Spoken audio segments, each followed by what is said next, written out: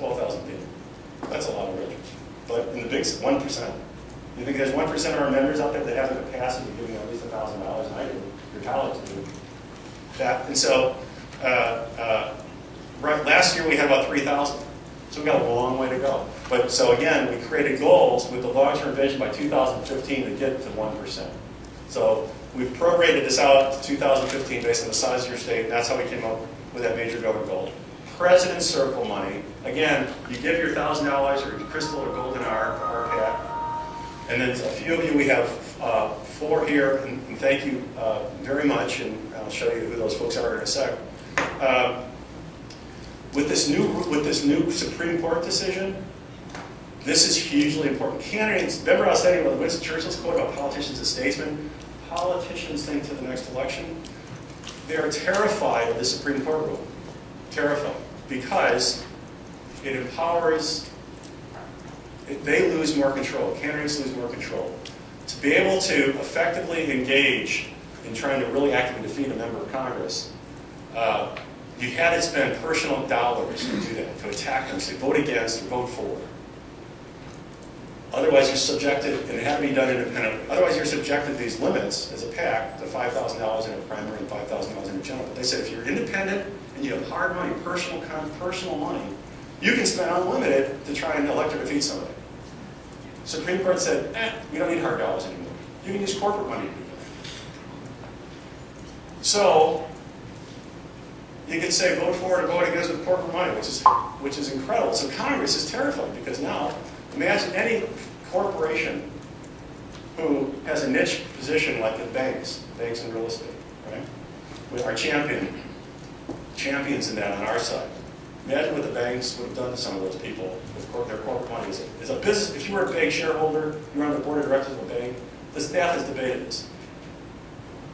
Do you not think it's a good investment of some of your profits to invest it in defeating a member of Congress who actively opposed your industry? If you have that narrative, I think it is.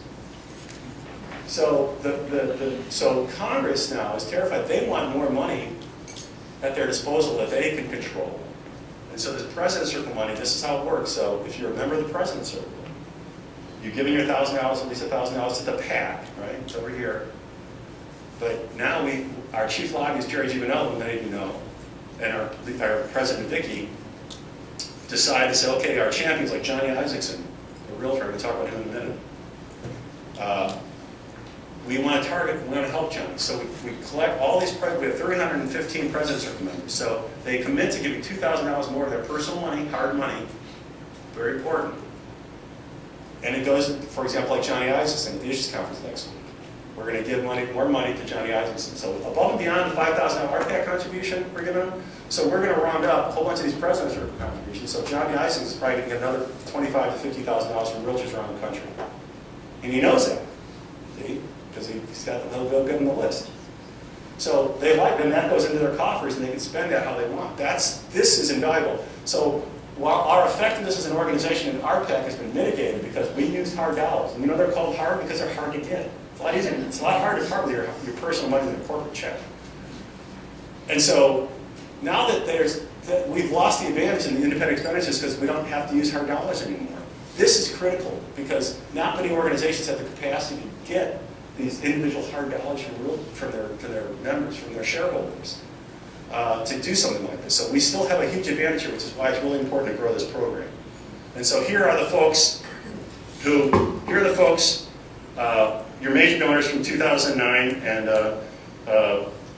folks who are in here, if you raise it for my own benefit, if you're on this list, can you raise your hand so I can thank you very much. And for those of you, Matt Lawson, not here, but your realtor colleagues again, thanks to their leadership, and me asking for their help, came up with an idea where every state now has a council member, we call them the council, and Max, your designated council member. To get those goals I was just talking about for 2010, you have 24 major donors, your goal for major donors is 24, and the President's Circle is 2, it's gone down, which because of your membership decrease.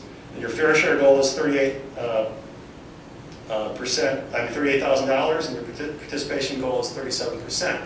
So these folks are the ones that are stepping up, becoming major donors. MAC is going to be trying to recruit more major donors. and more present circle members. That's his job this year. And part of, here are your 2009 results that you did fabulously. Thank you, thank you, thank you. This is fabulous result. These are fabulous results. You can see that you're way over your fair share goal. We count present circle money towards your goal now. So you guys are doing a fabulous job. And NAR, part of our Second Century Initiative, is actually helping you with fundraising. Now the challenge we had in the election last year, we're real restricted on how much we can help, but we still have the capacity to provide some support to you folks in terms of your fundraising activities and helping MAC. Now, let's flip. That's the PAC. That's grassroots, so we cut through the faction with the federal level, but what are we doing for you in helping state issues? There's a program in that 60 I listed in the circle issues. Well, it's under smart growth, actually. Customized state smart growth legislation program. And it provides assistance to real state associations that wish to take the lead in writing and introducing legislation. So there's a partnership we're going on with the lawyer, and I'm not sure how many of you are aware of it, but this is really important. And I actually, on private transfer fees, this is a big deal for NAR now as well. So I got a couple of talking points I'm going to actually read so I don't miss. This is really important. That these are, for those of you who don't know, these are fees, that are covenants that purport to run with title to the property, either perpetually or for a defined term, that typically require a fee be paid to the property owner or developer who creates the covenant upon each subsequent transfer of the affected property.